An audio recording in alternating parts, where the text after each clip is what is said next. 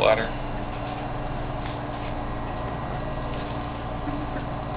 Alright, and then remember we saw the ureters when we were looking at the, what's this? Yeah, Gonadal. Left gonadal gland. I already started. That's alright, we're going number 2 here. Then right here, going from the renal pelvis to the bladder, is the ureter. Okay, kidney, ureter, bladder. And I believe that is the urinary cadaver list. Cool. Sounds good. Respiratory. Thyroid cartilage. So remember that's the Adam's apple. Trachea. You can see the ring cartilage there. You can actually feel it. Okay, behind that would be the esophagus. What else do we have to... Cricoid cartilage. Oh, the cricoid cartilage is underneath the thyroid gland. So I guess you can see a little piece of it right there. I'll never ask you guys cricoid cartilage in the test, just because it's underneath this tissue, this glandular tissue here. Okay.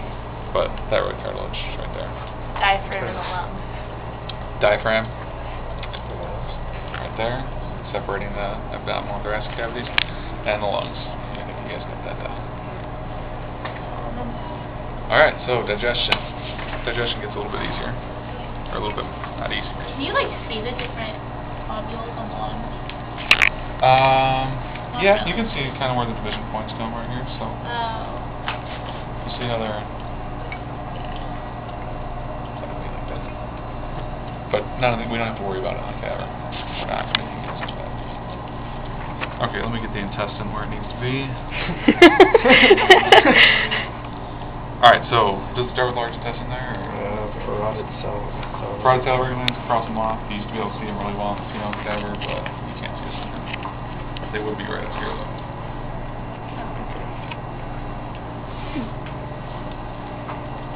Esophagus.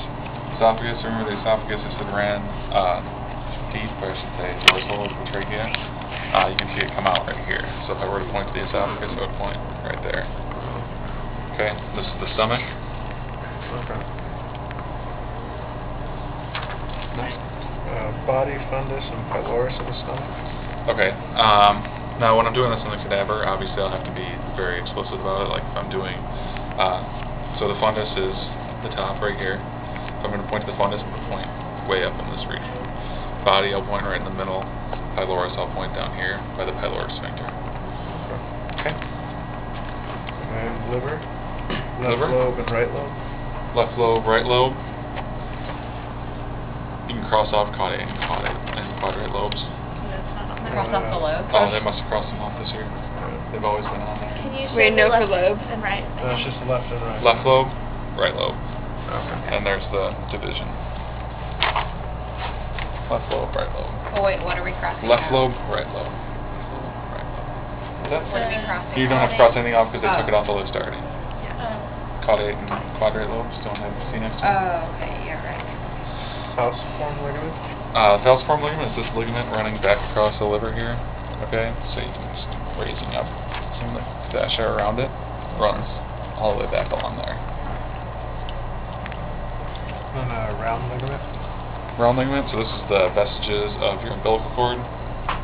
All of your blood needs to be filtered before it goes back to your mom, so you don't poison your mother. So umbilical cord would come down to here.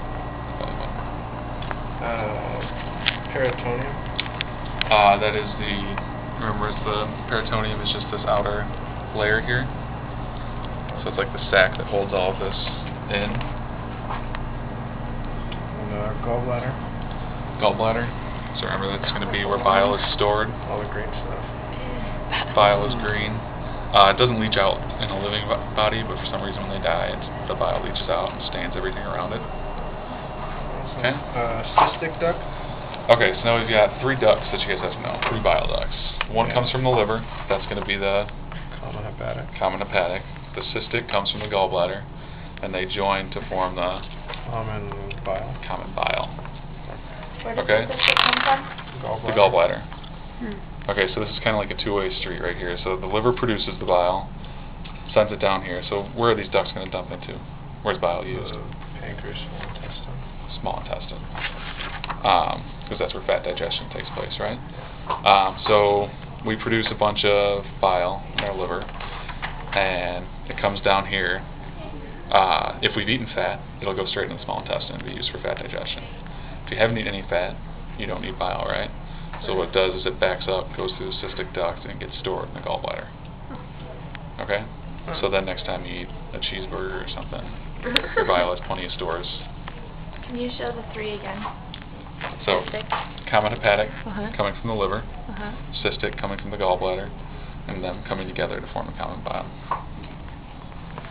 Then duodenum, jejunum, and ileum. Okay, so all small intestine. Small intestine you can tell from large intestine because it's much smoother. So here's large intestine right here, kind of gnarly looking. And then small intestine just looks completely different. Smooth, you don't have all those fat bodies built up around it. This connective tissue right here, holding all this in place, is mesentery. So remember you had all your mesenteric veins and arteries. That's what that was referring to. Alright, so for the ileum, jejunum, and duodenum, once again, I'm not going to make you know exactly where they split, because I don't even know exactly where they split by looking in here. But to find the duodenum, we obviously find the pyloric sphincter of the stomach, because remember that's the first segment, as digest flows through the body. So from here on is duodenum. So if I'm going to point to the duodenum, I'm going to point up here, near the stomach. Okay, then it comes down here, and this right here could be duodenum, could be jejunum, I don't know. Okay? Basically, I'll never ask you jejunum. But then you can also identify the ileum by finding, so what's the small intestine going to dump into? Large intestine. Large intestine. Okay, the first part of the large intestine has the cecum right here. It's this little blind pouch where bacterial fermentation and digestion goes on. Okay, so you find the cecum, you find the part of the small intestine coming into it, and that's the ileum. Okay? And then we have the large intestine. So we don't need the jejunum.